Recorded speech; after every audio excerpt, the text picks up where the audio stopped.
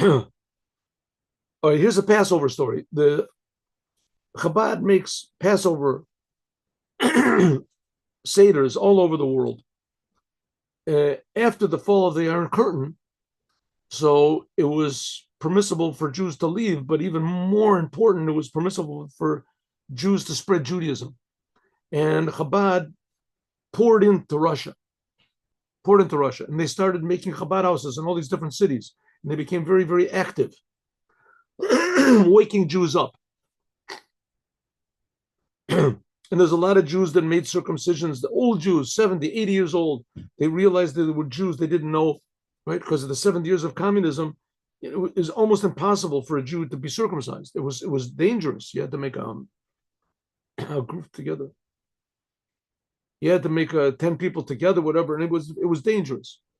But afterwards, there were Jews that all of a sudden they started coming back to Judaism, and they made Passover Seder. So the year is, let's say, 2000.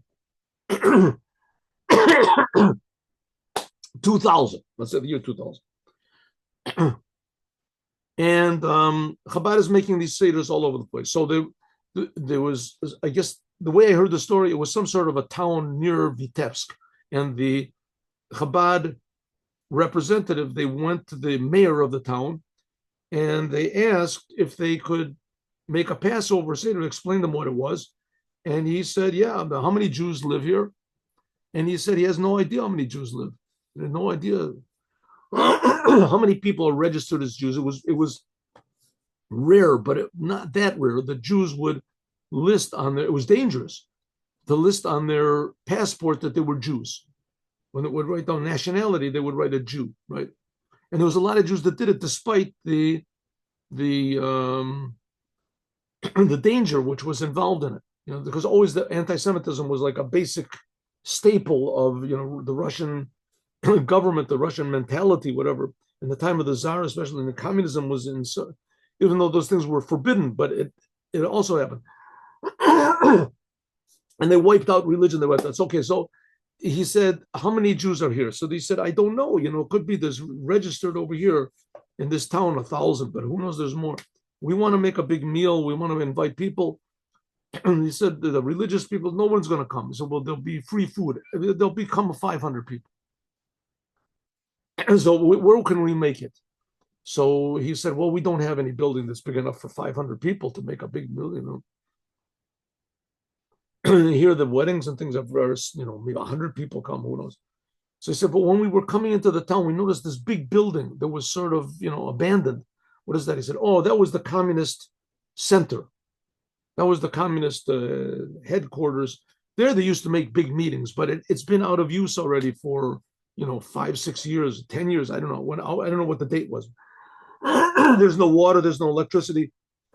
No one goes in there. It's all barred up. And so they said, well, we want the place. We'll fix it up. He said, no, it's impossible. So he slipped them like $50. He says, 100% we can do it. And sure enough, they brought people and they fixed it up. They made advertisements. And the night of Seder Passover, there was 500 people there. And there was a Chabad person there and someone to translate for him. There was wine and there was matzah. There was food. They koshered the kitchen there and everything was there. So it was wonderful. It was amazing. And the Chabad representative there, he explained everything about the cups and about going out of Egypt and this. And finally, there's what's called the cup of Elijah the prophet. Cup of Elijah the prophet. There's different opinions when it's poured, but we poured right in the beginning, pretty close to the beginning. One cup which stands there, it's just for Elijah the prophet. Nobody drinks it. I understand there's some places where they do drink it, but we don't drink it. As far as I know, it's not. So anyway, this boy explains everything to the people, and they're enjoying it and they're eating the meal. And he said, and now here's the cup of Elijah the prophet, which we believe that Elijah the prophet will come and he will gather all the Jewish people together and build the third temple. Third temple will be built, and the Jewish people will all be gathered together, and they'll all come to the land of Israel. And so somebody stood up from the crowd, and he said, young man, and we appreciate everything that has been done for tonight, the wonderful stories, the wonderful food, right? Everybody says, yes, yes, yes. He said, but that what you just said now about Messiah coming, and gathering the Jewish people, and we're all going to go to Israel. This, I'm sorry, is a story maybe for young children, maybe for ignorant people, old ladies that they don't know anybody. But here you're sitting in front of you, we are all educated people.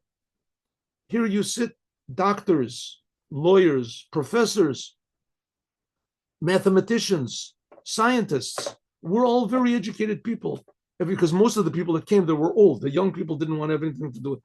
The old people came, and they're all shaking their heads. Yes, there's nothing against you, young man, but this is not what you said is not for us. So the young man did not lose his composure, and he said, "My dear friend," he said, "tell me, do you know what communism is?" So they looked at each other. Of course, communism. What do you mean we know communism? Of course, 10 years ago, we ate communism. We breathed communism. That's all there was communism. You couldn't think anything else except for communism. That's what communism. He said, tell me, if somebody told you 20 years ago that you would be sitting in the central building of the Communist Party and you would be making blessings and talking about God 20 years ago, would you believe it? And he looked around and he said, bravo, bravo, and they all clapped their hands. Communism, who would dream that it was possible that a Jew would openly make blessings and practice Judaism in public, and especially in the communist headquarters? Who would dream of such a thing? It was unthinkable. Unthinkable. But it happened. Said the same thing is going to happen to all the Jews in the world. Right? All the Jews in the world, suddenly they'll wake up to who they really are. That's the idea of Passover, and that's the idea of going out of Egypt. Have a kosher and a happy Passover with Moshiach now, and God willing, see you all on, well, I guess we'll see, all of you will see on Monday. No, 1 second, is that right? No, it's not right. All of you will see on Tuesday, because you people outside of Israel, Sunday and Monday is Passover, right?